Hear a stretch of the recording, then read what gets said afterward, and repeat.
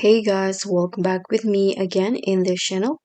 On today's tutorial, I'm going to show you how you can AirDrop on any device with SnapDrop.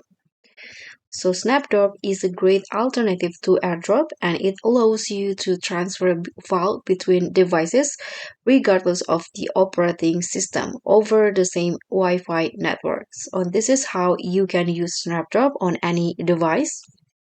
So first, you can just open SnapDrop on both devices. So on your phone or computer, you can just go to the SnapDrop website. So just find snapdrop.net.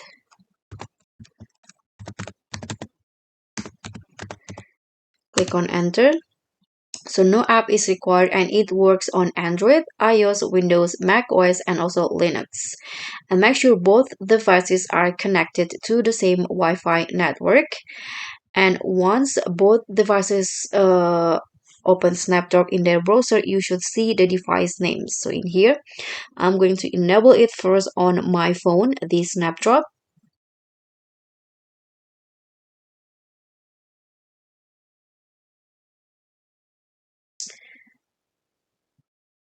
Okay, so I've already opened also on my uh, phone in here. So I known as a white cattle in here.